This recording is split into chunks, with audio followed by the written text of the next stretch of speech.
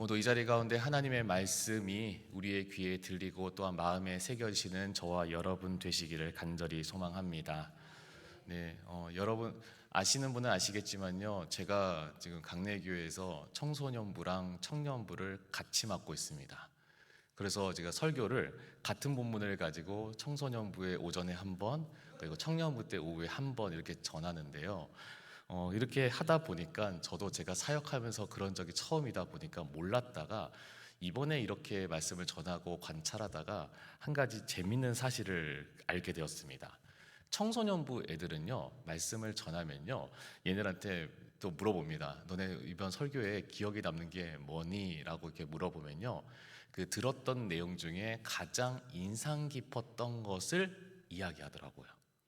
근데 그게 설교 안에서도 될 수 있지만 설교 밖에서도 되는 경우도 있습니다. 때로는 이제 말씀 가운데 목사님이 이렇게 말씀하셨던 게 기억이 나요라고 해서 실제로 이제 주중에 저녁에 이제 지나가다가 학원 갔다 집에 가는 우리 청소년부 학생들 만나면은 목사님 하고 나서 저 이렇게 살게요라고 해서 그때 들었던 얘기를 이렇게 인사로 하고 가는 애들도 있었는데요. 더러 어떤 애들은요, 그 설교 때 이제 목사님이 이제 어땠다 저땠다 그 행동으로 이제 그 설교의 내용들을 그리고 인상들을 기억하는 경우들을 또한 보게 됩니다.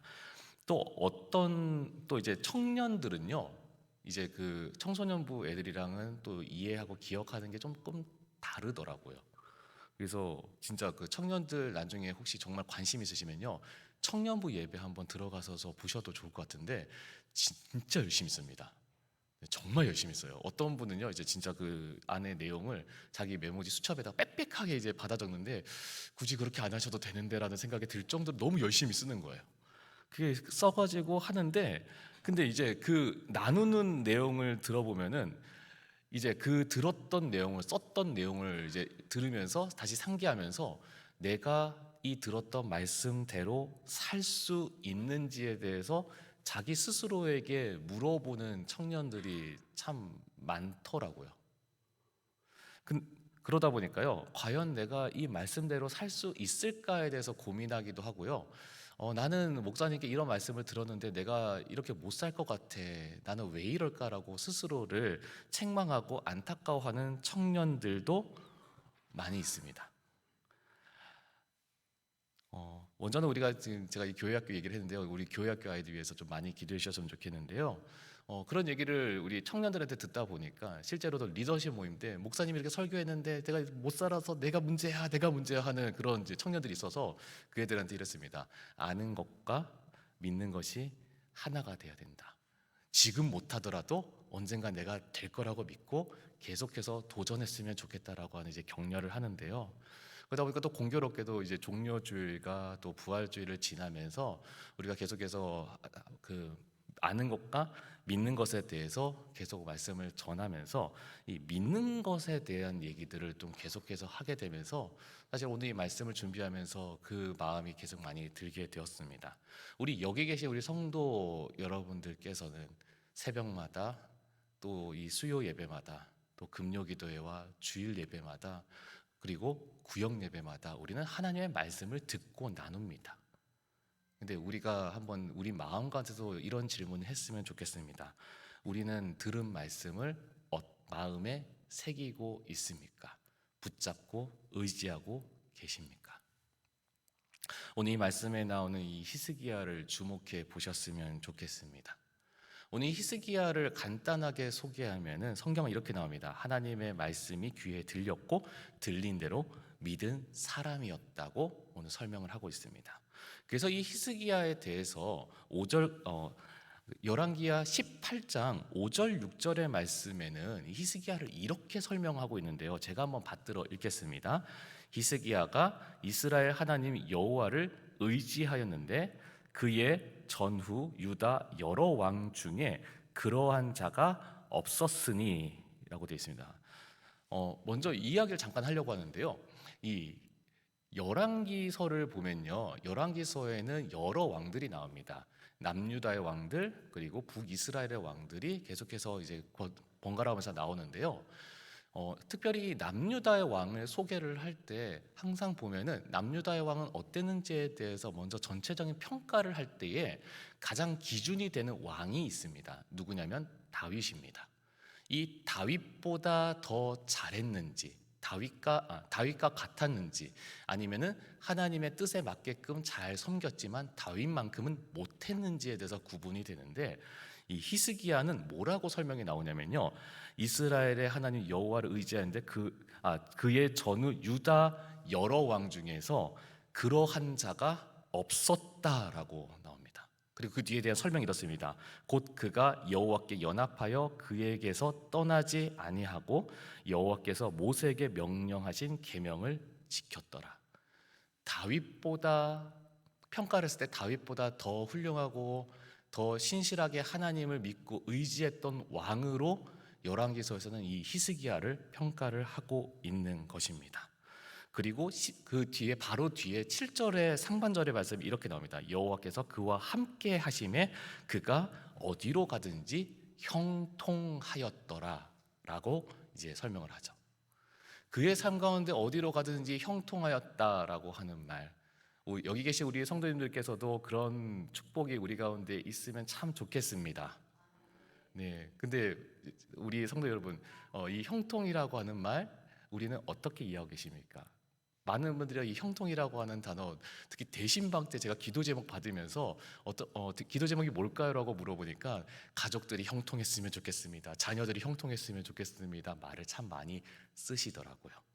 근데 이 형통이라고 하는 단어가 우리가 생각할 때 뭐 사업했을 때 사업이 잘 되고 자녀들이 공부했을 때 좋은 대학 가고 건강하고, 우리가 이러한 그림으로 우리가 생각할 때가 참 많습니다. 물론 그것 또한 형통인데요.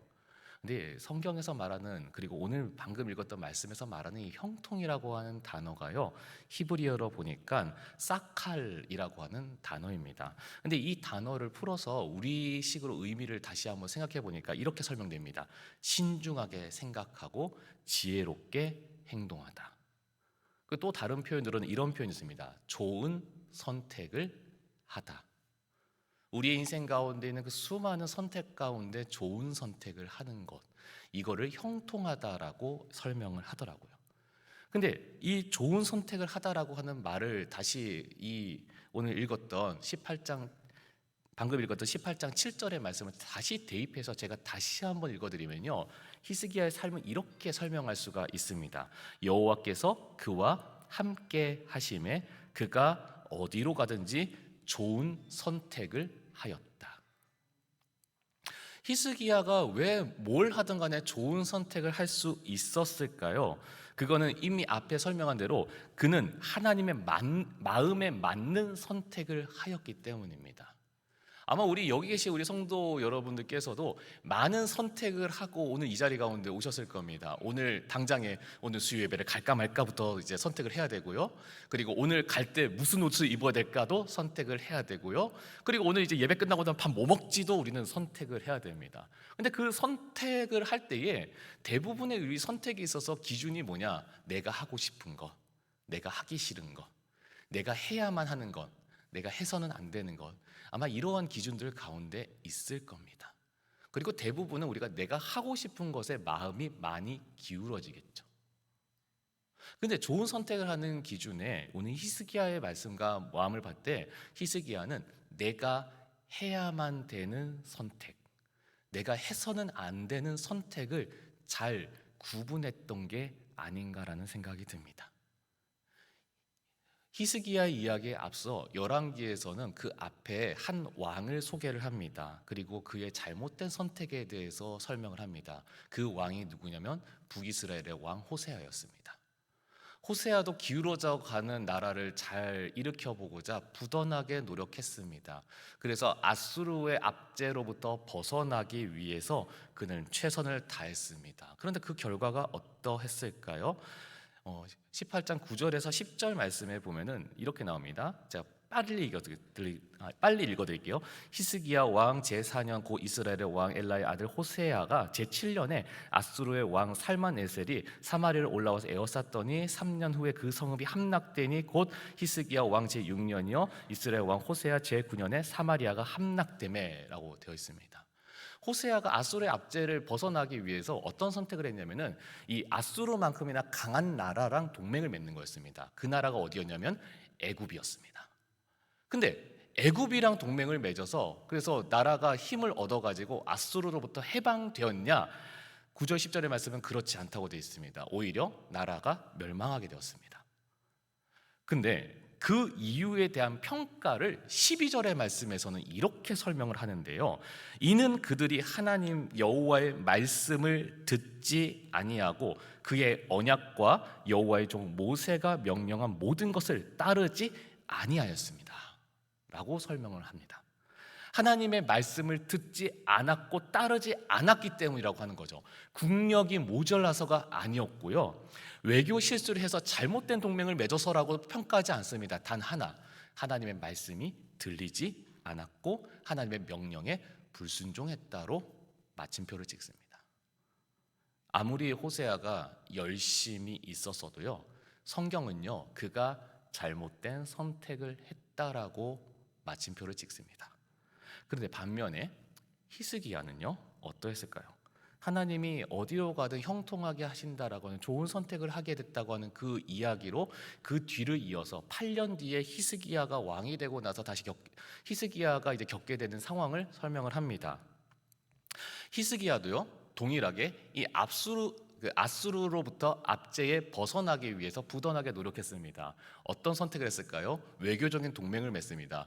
공교롭게도 어느 나라였을까요? 똑같이 애굽이었습니다. 그러니까 이 아수르가 너네가 지금 우리한테 조공바치는데 우리 말을 안 듣고 이제 애굽이랑 동맹을 맺겠다, 바로 쳐들어온 것이죠. 그리고 나서 이제 18절 13절의 말씀에 잠깐 보면요, 이 남유다에 있어서 견고한 성읍들이 있는데 아수르가 그 성읍들을 진짜 돌풍같이 쳐들어가서 다 점령해 버립니다. 사실은 이 성읍들은요 예루살렘의 가장 문턱에서 지키고 있는 방벽들이었는데요, 이 성읍들이 다 무너져 버린 겁니다. 다 점령당해 버린 거예요. 히스기야에게 있어서 이것이 무너지면 이것이 있음으로 해서 내가 든든하다라고 생각했던 여겼던 그 모든 성들이 다 무너졌을 때 히스기야가 선택했던 것은 무엇이었냐면 아수르에게 잘못했다고 비는 것이었습니다. 어마어마한 보상금을 배상으로 내어주고 그 보상금을 국고에서 내어줄 수 없어서 성전에 있는 헌물까지 내어주면서까지 다시 아수르랑 화친을 맺으려고 했습니다. 그런데요 아수르는 그렇게 그렇게 빌면은 될 거라고 했던 이 히스기야의 선택이 좋은 선택이었다고 말하지 않습니다. 오히려 아수르는 대군을 끌고 가서 이 남유다마저 없애버리고 쓸어버리려고 했던 것이죠. 그래서 아수르의 신하 랍사게가 유대인 말로 이렇게 전합니다. 30절에서 31절인데요 제가 한번 읽어드리겠습니다. 또한 히스기야가 너희에게 여호와를 의뢰하라 함을 듣지 말라. 그가 이르기를 여호와께서 반드시 우리를 건지실지라 이 성읍이 아수르 왕의 손에 함락되지 아니하게 하시려 할지라도 너희는 히스기야의 말을 듣지 말라. 히스기야가 하는 말, 그리고 이 위기 상황 가운데 하나님께서 건지실 거라고 하는 그 말조차도 듣지 말라라고 이야기를 합니다. 그리고 그러면서 왜 그런지에 대해서 한참을 설명하면서 33절에 이렇게 또한 이 랍사게가 얘기하는데요, 민족의 신들 중에 어느 한 신이 그의 땅 아수르 왕의 손에서 건진 자가 있느냐. 지금까지 아수르가 얼마나 많은 나라들과 민족들을 다 쓸었는데 그들이 섬기던 신들, 그들이 의지했던 신들 중에 단 하나의 신이라도 그 민족, 그 나라를 구원한 적이 있느냐? 없었다라고 하는 거죠. 그런데 하물며 너희들도 그렇게 너희들은 여호와 하나님이 구원해 주실 것 같니? 그러니까 히스기야의 말을 듣지 마라라고 하는 거죠. 이 18장의 말씀만 보면요, 18장은요 철저하게 히스기야의 실패한 선택을 이야기를 합니다. 하나님을 의지한 것이 아니라 애굽을 의지했습니다. 그 애굽을 의지하면 아수르로부터 해방될 수 있을 거라고 여겼습니다. 그런데 그 결과는요, 오히려 더 철저하게 비참해집니다. 그리고요, 하나님의 이름이 이방 민족에게 조롱당하는 그러한 결과를 초래하게 됩니다. 이렇게 철저하게 실패했던 이 18장으로 인해 많은 이제 슬픔과 무력함 가운데 19장으로 넘어오게 되는데요. 오늘 이제 읽었던 말씀의 본문인데, 여기에 이들이 했던 거는 무엇이었냐? 실망하고 좌절해서 포기하는 게 아니라 기도합니다. 자신의 무력함을 놓고 하나님께 기도합니다. 아마 여기 계시는 우리 성도 여러분들 가운데서 오늘 이 말씀의 이 18장에서 19장으로 넘어가는 그 사이의 삶을 혹시 우리가 살고 있지는 않는지 한번 또한 이 말씀을 준비하면서 그렇게 생각해 보게 되었습니다. 히스기야처럼요, 자신이 기대했고 자신이 선택했던 게 좋은 선택이라고 여겼는데 오히려 실패하는 선택을 하는 경우들도 있습니다. 그로 인해서 생기는 실망, 좌절, 그리고 그로 인해서 생기는 고통과 힘듦의 이야기들, 아마 우리가 좀 물어보시면요, 끊임없이 얘기하시는 분들 계실지 모르겠습니다. 어떤 분은 이제 신방, 저도 이제 교구를 맡으면서 이제 신방을 다닐 때가 있었는데요. 근데 다녀서 이제 어떻게 지내셨어요? 어떤 삶을 사셨어요? 보면 제가 그 처녀 때 말이죠 하면서 남자를 잘못 만나가지고 지금 이렇게 가정을 이루어가지고 이게 쭉쭉쭉 하면서 그러다가 예수님 믿고 저도 얘기를 하시는 거예요. 본인의 이제 좋은 선택도 얘기지만 본인의 잘못된 선택에 대해서, 그리고 그 아픔에 대해서 끊임없이 얘기하는 거죠. 우리 자식이 이렇게 살았어야 되는데 라고 하면서 끊임없이 얘기를 하시는 거죠. 어떤 분은 이 땅을 샀어야 되는데, 이걸 팔았어야 되는데, 잘못된 선택을 계속 얘기하는데, 그 선택 가운데 가지게 되는 좌절과 실망과 고통, 근데 그것 때문에 어떤 분은요, 내가 그래서 신앙생활하기 너무 힘들어요 라고 하시는 분들도 계시더라고요.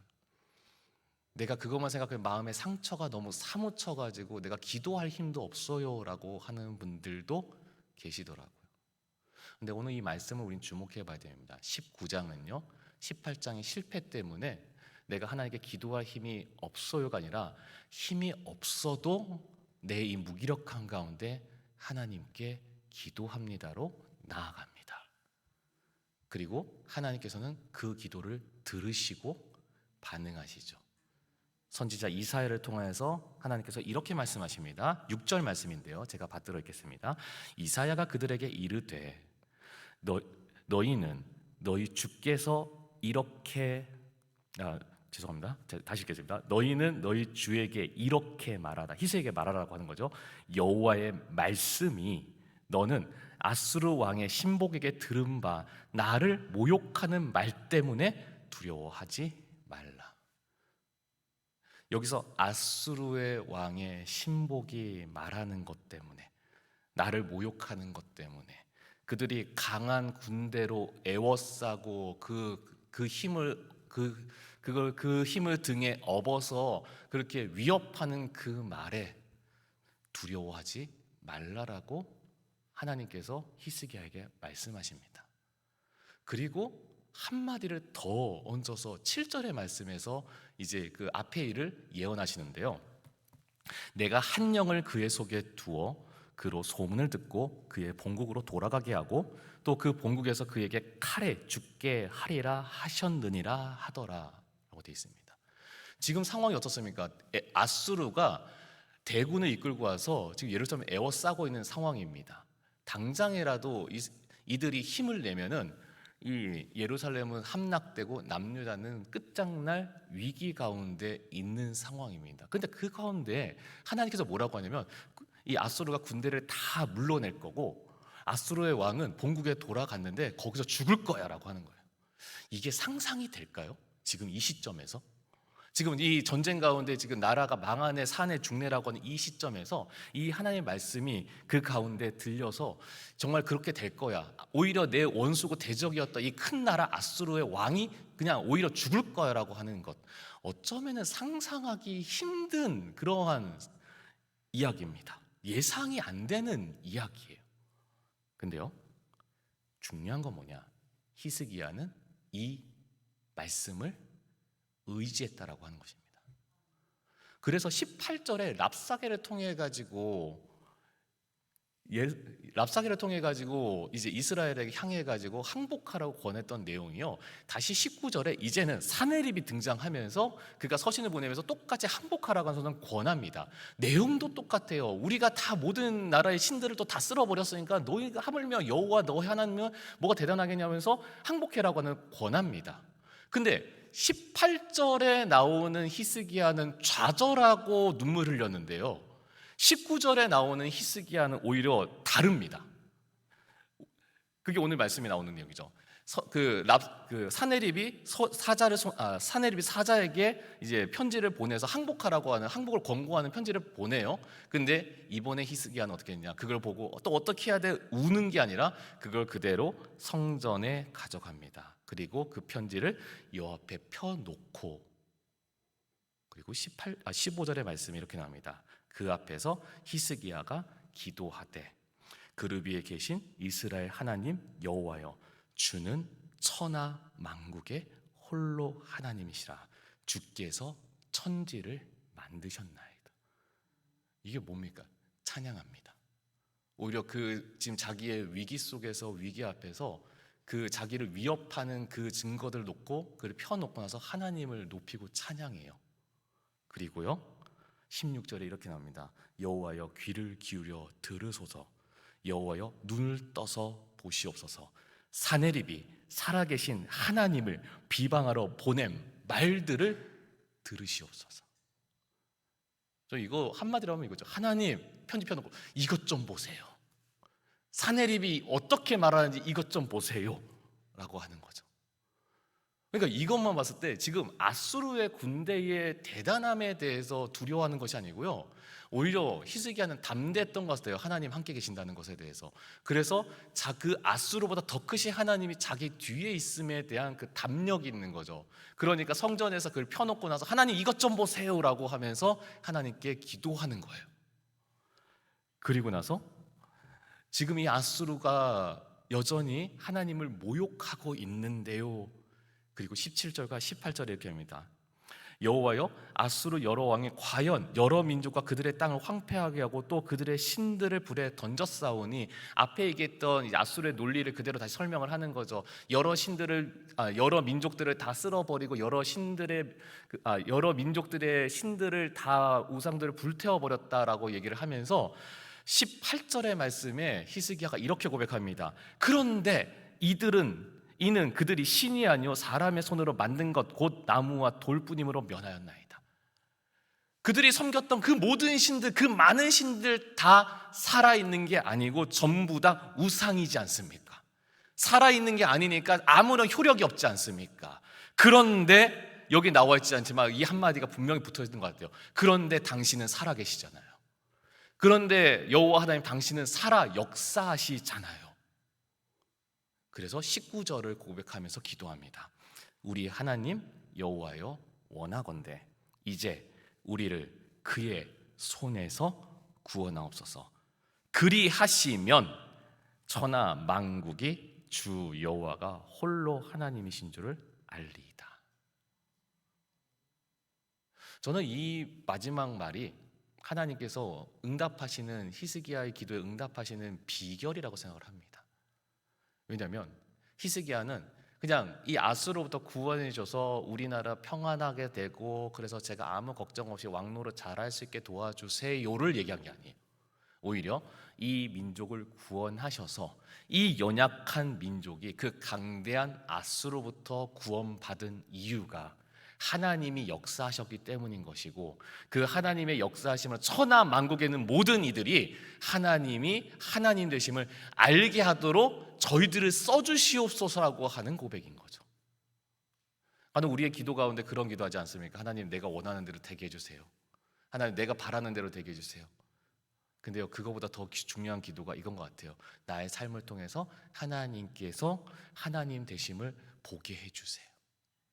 그걸 위해서 저에게 결핍되고 필요한 것을 도와주시고, 그걸 위해서 저의 연약함 가운데 주님께서 사용해 주시고, 이렇게 기도를 하는 것이죠.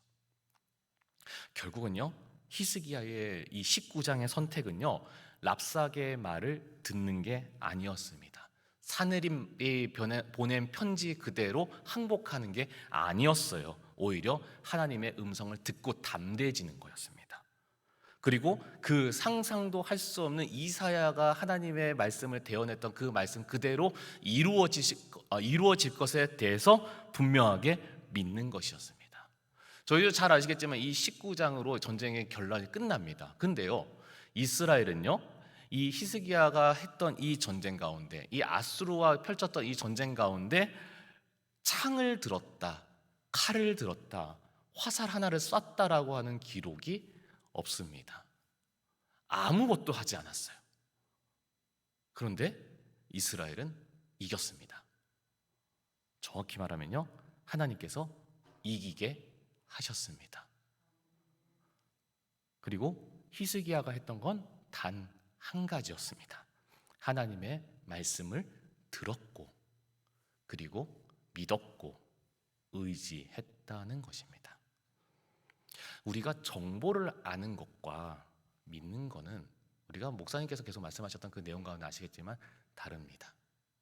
단순히 아는 게 아니라 그 아는 거를 내가 붙잡고 믿는 것, 그것이 우리에게 중요한 것이죠. 근데 우리는요, 이미 성경뿐만 아니라 얼마나 많은 정보들을 듣는지 모르겠습니다. 뭐 하면 좋다, 뭐 하면 좋다. 근데 어떤 분은요, 그래서 특히 저희 어머니도 가끔 통화할 때 진우가 이거 먹으면 좋다더라, 이거 먹으면 좋다더라, 그래서 권해주시기도 하고 보내주시기도 합니다. 네, 근데 저희 어머니가 그거를 먹고 진짜 그걸 저 먹기 전에 뭐 효험이 있는 것을 경험해서가 아니라 그러한 정보가 들었을 때 그게 나에게 있어서 효험이 있는지 없는지 경험도 하기 전에 그것이 효험이 있을 것을 믿었기 때문에 먹는 것이죠. 그리고 권하는 것이죠. 제가 그 연초에 그 커피를 한 30일 동안 안 마신 적이 있었습니다.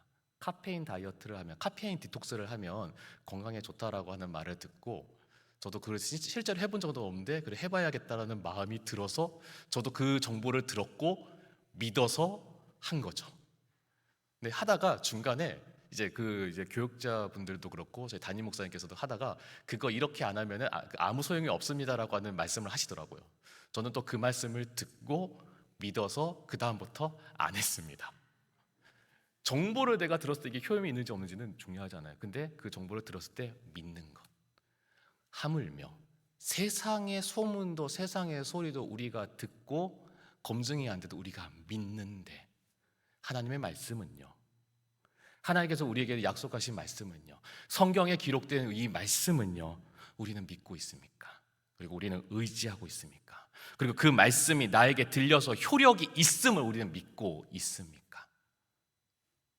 하나님은 이미요 여호수아에게 하나님의 말씀을 잘 듣고 따르면 형통할 것에 대해서, 이 형통의 조건에 대해서 분명하게 얘기를 하셨잖아요. 그것이 어디에 나옵니까? 여호수아서 1장 8절의 말씀에 나옵니다. 제가 다시 한번 받들어 읽겠습니다. 이 율법책을 내 입에서 떠나지 말게 하여 주여로 그것을 묵상하여 그 안에 기록된 대로 다 지켜 행하라. 그리하면 내 길이 평탄하게 될 것이며 내가 형통하리로다 라고 얘기했습니다. 이 말씀이 언제 기록되었습니까? 히스기야 시대 이전이라고 하면요, 시간적 간격을 했을 때 한 약 700년 전에 기록된 거예요. 근데 그 700년 전에 하나님께서 말씀하시고 형통에 대한 그 약속을요, 하나님께서는 여전히 히스기야를 통해서 이루시는 것을 우리는 볼 수가 있고요. 또 1400년 뒤에 예수님께서도 뭐라고 말씀하십니까? 마태복음 7장 24절에서 25절 말씀인데요, 그러므로 누구든지 나의 이 말을 듣고 행하는 자는 그 집을 반석 위에 지은 지혜로운 사람 같으리니 비가 내리고 창수가 나고 바람이 불어 그 집에 부딪히되 무너지지 아니하나니 이는 주추를 반석 위에 놓은 까닭이요 라고 되어 있습니다. 네, 믿음의 사람도요, 그 삶을 살다 보면요, 비가 내립니다. 비를 만납니다. 홍수도 만나요. 그런데 주님께서 말씀하신 거예요. 무너지지 않는다. 왜? 내 말을 듣고 행하는 사람은, 내 말을 듣고 믿어서 따르는 사람은 어떤 사람이니까요? 반석 위에 집을 지은 사람이니까. 우리 인생 가운데 비를 만날 때 있지 않습니까? 홍수를 만날 때가 있어요. 그렇지 않습니까? 근데요, 넘어지지 않고 무너지지 않는 단 하나의 비결이 뭐냐? 주님의 말씀이 내 안에 들리니까요. 그 주님의 말씀이 내 가운데 믿어지니까요. 그대로 사니까요. 한마디로 말하면은 주님께서 성경 가운데 말씀하셔서 사칼이라고 하는 좋은 선택을 하는, 주의 말씀을 따르는 그 좋은 선택을 하니까 우리가 넘어지지 않는다는 겁니다. 그래서 오늘 이 말씀이 우리 가운데 다시 한번 되새기셨으면 좋겠습니다. 여기 계신 우리 사랑하는 우리 강내교회 성도 여러분, 우리는 하나님의 말씀이 우리 가운데 들려지셨으면 좋겠습니다. 믿어지셨으면 좋겠습니다. 그래서 의지하셨으면 좋겠습니다. 오늘 혹시 이 자리가 나올 때 여러 가지 기도 제목들도 있을 겁니다. 내 안에 결핍, 내 안에 실망했던 거, 내 안에 아픔들. 그런데요, 그것들 가운데 우리가 한번 우리 안에서 질문했으면 좋겠습니다. 그것들을 이길 만한 하나님께서 나에게 주신 성경 말씀이 있습니까? 그것들을 이길 만한 주님의 음성으로 내가 들었던 하나님의 약속이 있습니까? 그것을 찾고 붙잡으셨으면 좋겠습니다. 누구처럼요? 히스기야처럼요. 그래서 오늘 이 말씀처럼 우리가 어떠한 상황 가운데서도 주의 말씀이 내 안에 들리고 의지하고 붙잡아서 우리가 어려움을 만나도 좋은 선택을 해서 하나님께서 길을 열어주셨던 이 히스기야의 형통이, 성경에서 말하는 형통의 비결이 우리의 삶에서로 이루어지시는 그런 저와 여러분 되시기를 간절히 소망합니다.